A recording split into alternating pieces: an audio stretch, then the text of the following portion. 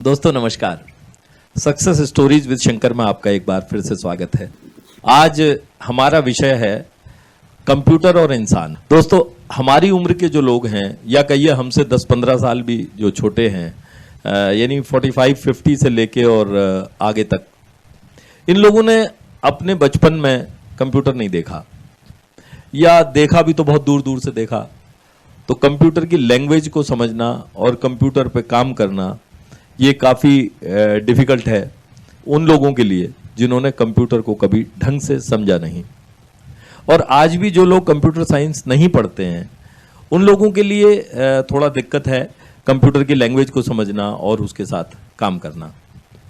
लेकिन जो लोग कंप्यूटर की लैंग्वेज को जानते हैं या जिन्होंने कंप्यूटर इंजीनियरिंग कर रखी है उनके लिए वो बहुत आसान है।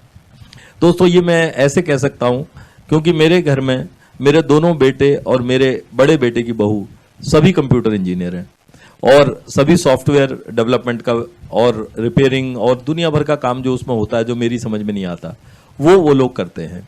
मैं देखता हूं कि वो तीनों के तीनों हर समय कंप्यूटर सिस्टम में बैठे रहते हैं और कुछ ना कुछ उसे कमांड देते रहते हैं और उनकी जो चेहरे के हाव भाव होते हैं वो मुझे बताते हैं कि वो जो कुछ कर रहे हैं वो उससे संतुष्ट हैं और उनको उसका रिजल्ट मिल रहा है।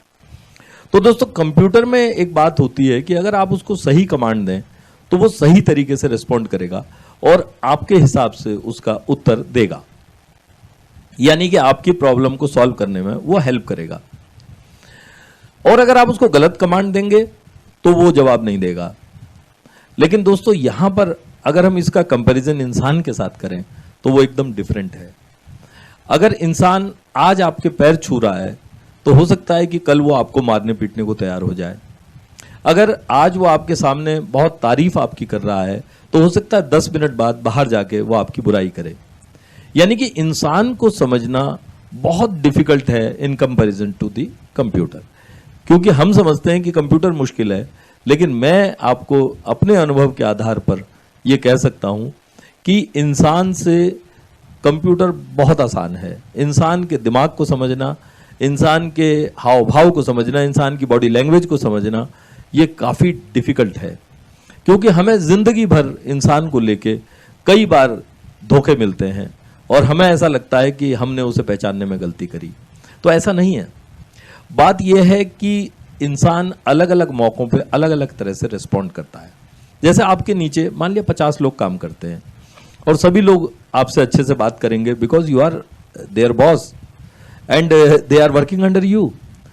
लेकिन तब वो और ज़्यादा अच्छे हो जाएंगे जबकि अप्राइजल का टाइम हो, जबकि आपके रिकमेंडेशन से उनकी सैलरी बढ़ रही हो या उनका बोनस उन्हें मिल रहा हो या लाइक दैट, या कभी कभी उन्हें 2 दिन की फ्रेंच लीव चाहिए तो वो आपको काफ़ी अच्छी बातें करेंगे, आपके साथ बैठेंगे और फिर लास्ट में आपको अपनी प्रॉब्लम बताएंगे तो आप मना नहीं कर पाएंगे। लेकिन वही शख्स जब आप उस कुर्सी से हट जाते हैं या कि उसकी उस पावर्स आपके पास नहीं होती हैं जिनके लिए लोग आपको रिकॉग्नाइज करते हैं, पहचानते हैं, आपकी प्रशंसा करते हैं, आपकी तारीफ करते हैं, तो चीज़ें अलग हो जाती हैं।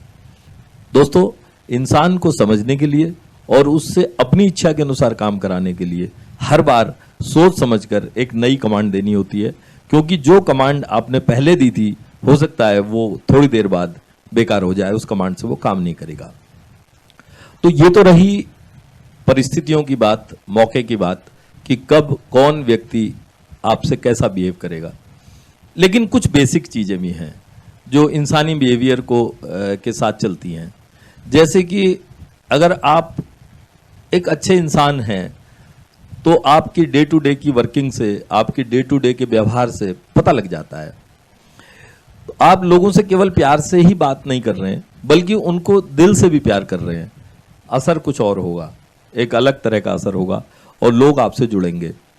अगर आप अच्छे काम करने वालों को अवार्ड देते हैं, उनको अप्रिशिएट करते हैं और उनको कुछ ना कुछ लाभ पहुंचाते हैं, और इसके साथ साथ जो लोग अच्छा काम नहीं कर रहे हैं या जो जानबूझ के काम को बिगाड़ रहे हैं उनको आप अलर्ट भी करते हैं और उसके बाद उन पर कार्रवाई करते हैं या कि उनको पनिश करते हैं, तो ये समझिए कि आप इंसान को और वातावरण को बेहतर तौर पे समझ रहे हैं और चीज़ें आपके फेवर में होती चली जाएंगी।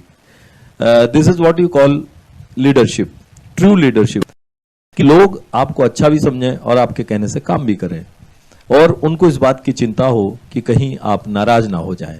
तो दोस्तों, ये तो थी शॉर्ट में कुछ बातें जो मैंने आपको बताई। लेकिन जब आप अपनी वर्क साइट पर होते हैं, जब आप अपने वर्क प्लेस पर होते हैं, तो ये सब चीजें इस्तेमाल करने के बावजूद कई बार आप सफल नहीं होते हैं, कई बार आप फेल होते हैं। घबराना नहीं चाहिए। इस फेल होने से, इस असफल होने से आपको जो शिक्षा मिलती है वो आने वाले बहुत सारे कई प्रोजेक्ट्स में आपको सफलता दिलाते हैं। लोग हमको मास्टर समझने लगते हैं, लेकिन हम अपने आप को स्टूडेंट समझते हैं। जब हम अपने को स्टूडेंट समझेंगे तो हम नई नई चीजें सीखेंगे, अपनी असफलताओं से सीखेंगे, अपने फेलियर्स से सीखेंगे और अगले वाले कार्यक्रम को सफल बना देंगे और लोग समझने लगेंगे कि हमको कितनी जानकारी है इस काम की और कितनी अच्छे तरीके से हम अपनी टीम को हैंडल कर रहे हैं। तो इन्हीं शब्दों के साथ आज का मेरा एपिसोड मैं यहीं पर समाप्त करता हूं। अगले एपिसोड में अगले संडे को सुबह 8 बजे हमेशा की तरह फिर आपसे मुलाकात होगी। तब तक आप मेरे चैनल को सब्सक्राइब करें, आपको जैसा भी लगे कमेंट करें और शेयर करें, लोगों तक पहुंचाएं, जिससे कि हमारा परिवार और बड़ा हो और हम लोग इसी तरह प्यार मोहब्बत के साथ हर हफ्ते मिलते रहें, बातचीत करते रहें और एक दूसरे से कुछ ना कुछ सीखते रहें। तो अंत में आप सब लोगों का धन्यवाद, नमस्कार, शब्बा खैर, जय हिंद।